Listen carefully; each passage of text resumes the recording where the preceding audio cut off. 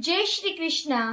का तुमच्याही घरी लहान लेकरं आहेत आणि तुम्हाला सततच्या पॅन्टी बदलून कंटाळा येतो, म्हणून तुम्हाला डेलीला डायपर वापरावं असं वाटतं, परंतु रॅश होईल की काय याची भीती वाटते। तर चला तुम्हाला आज मी 2 ते 3 टिप्स सांगते, त्याच्याने तुम्ही कंटिन्यू रात्र आणि दिवस जरी डायपर वापरले तरी बाळाला कुठल्याही पद्धतीची रॅश होणार नाही।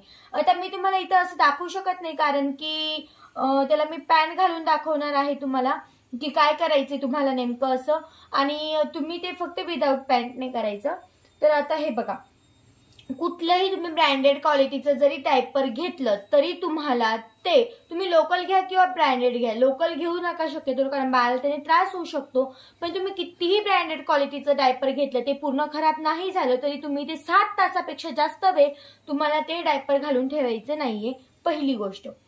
दुसरी गोष्ट, तुम्ही जेव्हाही नाईटला डायपर घालाल त्यावेळेला तुम्हाला फिगारो ऑइल किंवा तुम्ही कुठलंही मसाजसाठी ऑइल वापरत असाल तर तुम्हाला ते ऑइल घ्यायचंय आणि तुम्हाला बाळाच्या असं इथं पूर्णपणे ऑइल लावायचंय, इथं वरती खालच्या बाजूने, त्याच्यानंतर असं दोन्ही पायांच्या मध्ये जो हा गॅप असतो या पेस्टमध्ये खालीपर्यंत पूर्ण दोघं साईडने तुम्हाला तेल लावायचंय।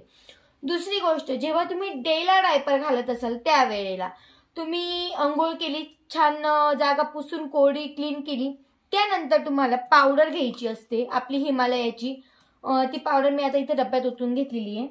तर ती पावडर घ्यायची तुम्हाला, ती पावडर तुम्हाला पूर्ण इथं पेस्ट मध्ये लावायची आहे। प्लस तुमच्या दोघं पायांमधला जो हा गॅप असतो ना, इथं जे गुढी असते ना, त्या गुढीमध्ये खालीपर्यंत तुम्हाला पावडर लावायची आणि त्याच्यावर डायपर घालायचे। तुम्ही एवढी काळजी घ्या, तुम्हाला रॅश क्रीम वगैरे काही घ्यायची गरज पडणार नाही, बाळाला सुद्धा कुठल्याही पद्धतीचा काही त्रास होणार नाही।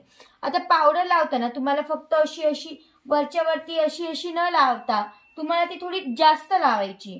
जास्त लावायची म्हणजे कशी, आता समजा ही इथली गुढी आहे तर ही गुढी तुम्ही ती समजून घ्या, तर तुम्हाला तिथं अशी पावडर भरून द्यायची तुम्हाला या पद्धतीने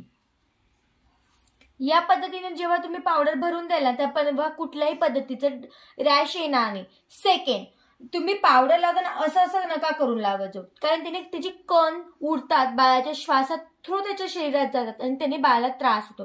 तुम्हाला पावडर लावताना खूप सॉफ्ट घेऊन अशा पद्धतीने तुम्हाला लावायची, जेणेकरून त्याचे पार्टिकल्स उडणार नाहीत आणि बाळाला कुठल्याही पद्धतीचा त्रास होणार नाही।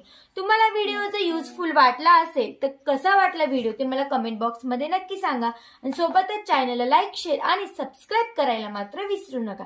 Thank you so much watching video.